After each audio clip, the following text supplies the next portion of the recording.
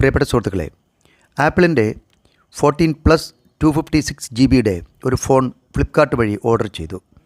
അപ്പോൾ ഇവർ നമുക്ക് ഡെലിവറി ചെയ്യുന്നത് ഓപ്പൺ ബോക്സ് ഡെലിവറി സംവിധാനം വഴിയാണ് ഡെലിവറി ചെയ്യുന്നത്. ഇപ്പോൾ ഇവിടുത്തെ ഒരു പ്രശ്നമെന്ന് പറയുന്നത്, ഇത് ഓപ്പൺ ചെയ്ത് സ്ക്രാച്ചോ മറ്റുള്ള കാര്യങ്ങളോ എന്തെങ്കിലും ഉണ്ടെങ്കിൽ, ഡാമേജോ എന്തെങ്കിലും ഉണ്ടെങ്കിൽ ഇവർ ചെക്ക് ചെയ്യും. അങ്ങനെ എന്തെങ്കിലും ഉണ്ടെങ്കിൽ റിട്ടേൺ അടിക്കും. അവർ തന്നെ സ്വയം അതെടുത്തിട്ട് വേറെ പുതിയതൊരെണ്ണം തരും.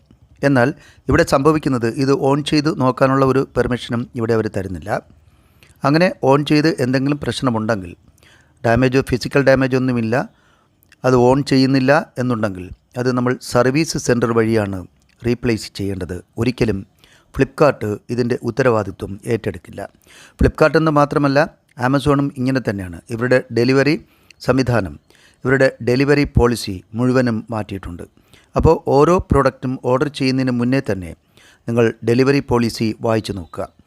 ഇവിടെ ഈ ഫോൺ, അതായത് ആപ്പിളിൻ്റെ 14+ 256 ഈ ഫോൺ എനിക്ക് കിട്ടിയത് 66,098 രൂപയ്ക്കാണ്.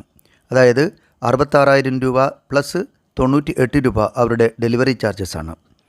എന്നാൽ ഇതേ സാധനം തന്നെ ഞാൻ ഈ ഓർഡർ ചെയ്യുന്ന സമയത്ത് ആമസോണിൽ ഇതിൻ്റെ വില 81,700 രൂപയായിരുന്നു.